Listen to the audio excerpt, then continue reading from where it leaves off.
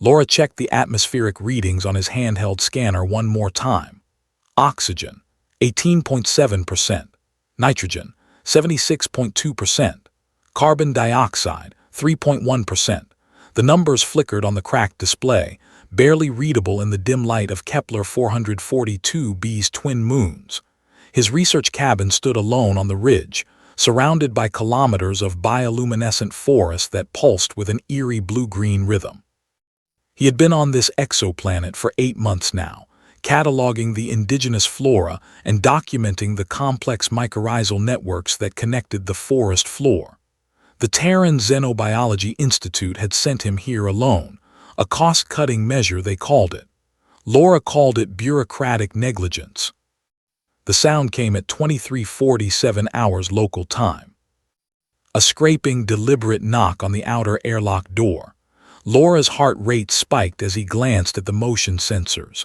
Something bipedal, approximately 1.6 meters tall, moving with difficulty. He grabbed his plasma torch and approached the airlock's viewport.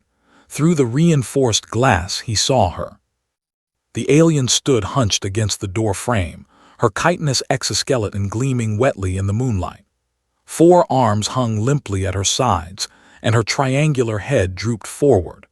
The biological signature was unmistakable. She was one of the Shen, the indigenous sapient species the Institute had designated as non-interference priority 1. Laura had never seen one up close. The Shen tribes inhabited the lowland valleys, avoiding the ridge settlements. They were matriarchal, technological despite appearances, and according to the fragmented data the Institute had gathered, they possessed a complex understanding of quantum mechanics that manifested in their ritual practices. The alien lifted one trembling arm and tapped the viewport again. Her compound eyes, each one containing thousands of individual photoreceptors, focused on Laura with unmistakable desperation. He cycled the airlock against every protocol in his contract. The outer door hissed open. The Shen woman stumbled inside, her breathing apparatus, a biological organ that looked like translucent gills along her neck, working frantically. Laura sealed the outer door and initiated atmospheric equalization. The alien collapsed against the wall. "Easy," Laura said, though he knew she couldn't understand English. He approached slowly, scanner extended. Her vitals appeared on his display. Severe dehydration, electrolyte imbalance, elevated core temperature. The Shen biology was silicon-based rather than carbon-based, but they still required liquid water for cellular functions. Her water, she needed water. Laura rushed to the storage unit and grabbed a sealed container of purified H2O. The Institute's notes had confirmed that Shen physiology could process Earth-standard water, though they preferred the mineral-rich streams of their native valleys. He knelt beside her and offered the container. The alien's compound eyes tracked the movement. Her mouth parts, intricate mandibles that could apparently produce over 300 distinct phonemes, clicked weakly. She reached out with 2 of her 4 arms and grasped the container. Laura helped her tilt it.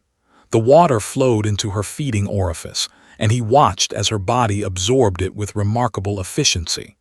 The bioluminescent patterns along her exoskeleton, which had been dim and flickering, began to glow more steadily.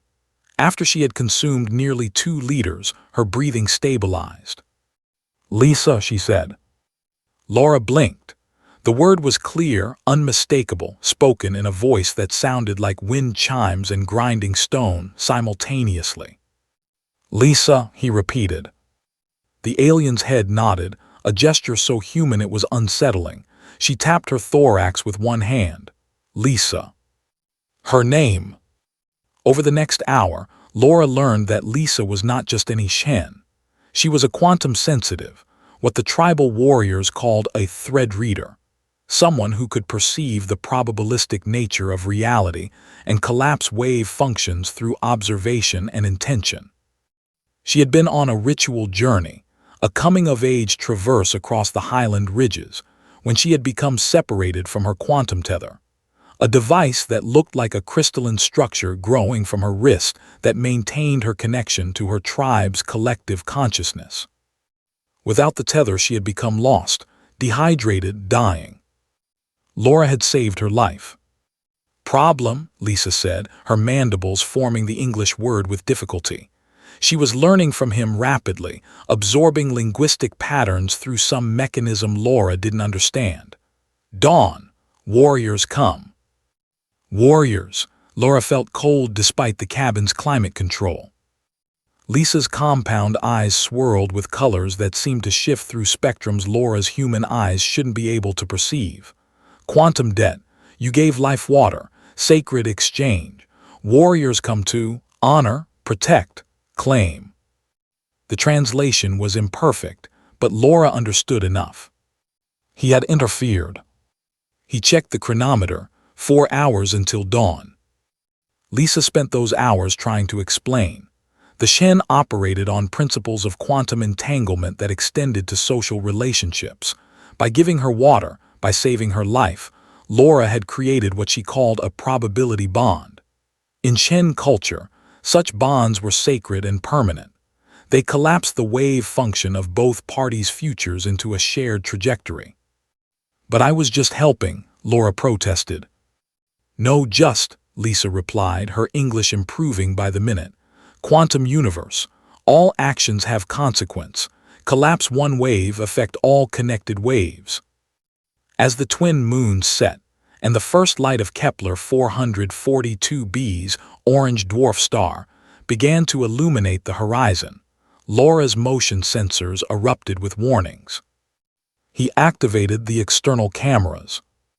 200 Shen warriors surrounded his cabin. They had arrived in absolute silence, moving through the bioluminescent forest like shadows. Each warrior wore biomechanical armor that seemed to grow from their exoskeletons, living technology that pulsed with the same blue-green light as the forest. They carried weapons that looked like crystalline spears, but Laura's scanner detected massive quantum field fluctuations around each one. Not spears, quantum decoherence projectors, weapons that could collapse the wave function of matter itself, reducing solid objects to probabilistic clouds. Lisa stood beside him at the viewport. My tribe, she said simply, warriors of the thread. What do they want? You, Lisa said. You saved Thread Reader, created Quantum Bond. Now you are part of tribe's wave function. They come to determine your path. Laura's hand shook. Determine, what does that mean? Lisa's mandibles clicked in what might have been a smile. You are scientist, yes. Study connections in forest floor, mycorrhizal networks. Yes, but Shen are same. We are quantum mycorrhizal network. Individual nodes connected through entanglement. You saved me. Now you are node. Warriors must integrate you or, she paused, or collapse your wave function. They'll kill me.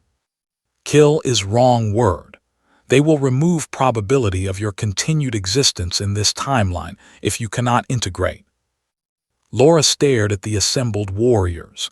In the growing light, he could see their leader, a massive Shen woman nearly 2 meters tall, her armor more elaborate than the others. She held a staff that crackled with quantum energy. What do I do? Laura asked. Lisa placed one of her 4 hands on his shoulder.